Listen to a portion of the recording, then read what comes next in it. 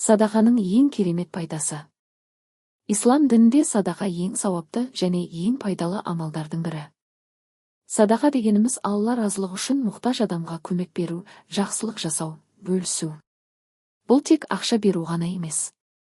Кейде жақсы сөз айту, біреуге көмектесу, немесе жол көрсетуде садақа болып саналады. Садақа адамның жүрегін тазартып, өміріне береке әкелетін ерекше амал. Көп адамдар садақаның тек мұқтаж адамдарға пайдасы бар деп ойлайды. Бірақ шын мәнінде садақа беретін адамның өзіне де үлкен пайда келеді. Пайғамбарымыз Мұхаммед оған Алланың сәлемі болсын, садақаның маңызы туралы көп айтқан.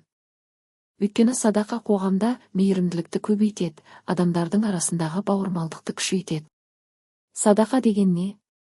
Садақа Алла разылығы үшін жасалған кез келген жақсылық. Бұл тек бай адамдар ғана жасайтын амал емес. Әр адам өзінің мүмкіндігіне қарай садақа бере алады. Мысалы, мұқтаж адамға ақша беру, аш адамды тамақтандыру, киім беру, біреуге көмектесу, жақсы сөз айту, біреудің көңілін көтеру. Осындай қарапайым әрекеттердің өзі Алланың алдында үлкен сауап болып саналады. Пайғамбарымыз Мұхаммед оған Алланың сәлемі болсын бір хадисінде. Жақсы сөз садақа деген. Бұл хадис садақаның тек материалдық көмек емес екенін көрсетеді. Садақаның ең үлкен пайдасы. Садақа бәлені қайтарады. Исламда садақаның ең керемет қасиеттерінің бірі, ол бәле мен қиындықтарды қайтарады. Пайғамбарымыз Мұхаммед Алланың сәлемі болсын айтқан. Садақа бәлені қайтарады. Кейде адам өмірінде түрлі қиындықтар болады. Ауру, қаржылық қиындық немесе басқа да сынақтар кездеседі. Осындай кезде садақа беру үлкен қорғаныс. Алла тағала садақа берген адамның өміріндегі қиындықтарды жеңілдетеді. Садақа күнәларды жуады. Адам баласы қателіксіз болмайды. Кейде біз байқамай күнә жасап қоямыз. Бірақ Алла мейірімді, ол пенделеріне тәубе жасауға мүмкіндік береді.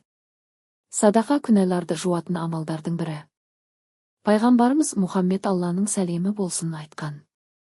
Садақа күнәларды өшіреді, отты су сөндіргендей. Бұл хадис садақаның адам үшін қаншалықты маңызды екенін көрсетеді. Садақа ризықты көбейтеді. Кей адамдар садақа берсем, ақшам азайып қалады деп ойлайды. Бірақ исламда керісінше айтылады. Садақа берген адамның ризық несібесі көбейеді. Алла тағала Құранда садақа берген адамдардың байлығын арттыратынын айтқан. Өйткені Алла жомарт адамдарды жақсы көреді. Кейде адам аз ғана садақа береді, бірақ Алла оның орнына әлдеқайда көп береке береді. Садақа жүректі жұмсартады. Садақа адамның жүрегін мейірімдетеді. Адам біреуге көмектескен кезде оның жүрегінде қуаныш пайда болады.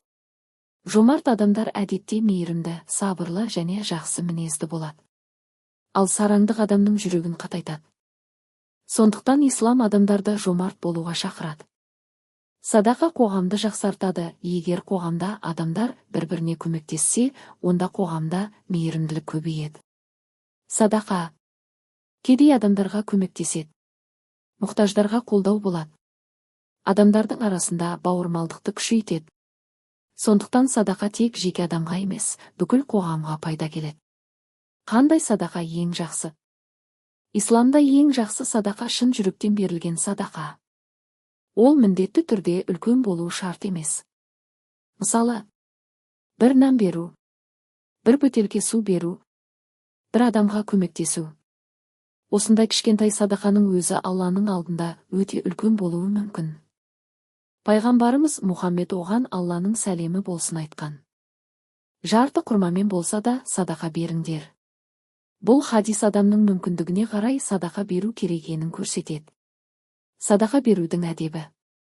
Садақа берген кезде бірнеше маңызды нәрсені есте сақтау керек. Біріншіден, садақаны Алла разылығы үшін беру керек. Егер адам адамдарға көрсету үшін берсе, оның сауабы аз болуы мүмкін. Екіншіден, садақа бергенде мұқтаж адамды ренжітпеу керек. Үшіншіден, садақаны жасырын беру ең жақсы амалдардың бірі. Бұл адамның ниетінің таза екенін көрсетеді. Қорытынды. Садақа мұсылман өміріндегі ең маңызды амалдардың бірі. Ол адамның жүрегін тазартады, өміріне береке әкеледі, және қоғамда мейірімділікті көбейтеді. Садақаның ең керемет пайдасы. Бәле мен қиындықтарды қайтарады. Күнәларды жуады. Ризықты көбейтеді. Жүректі жұмсартады. Қоғамға пайда келеді. Сондықтан әрбір мұсылман мүмкіндігіне қарай садақа беруге тырысуы керек. Алла баршамызды жомарт, мейірімді және жақсы амал жасайтын пенделерінің қатарынан етсін.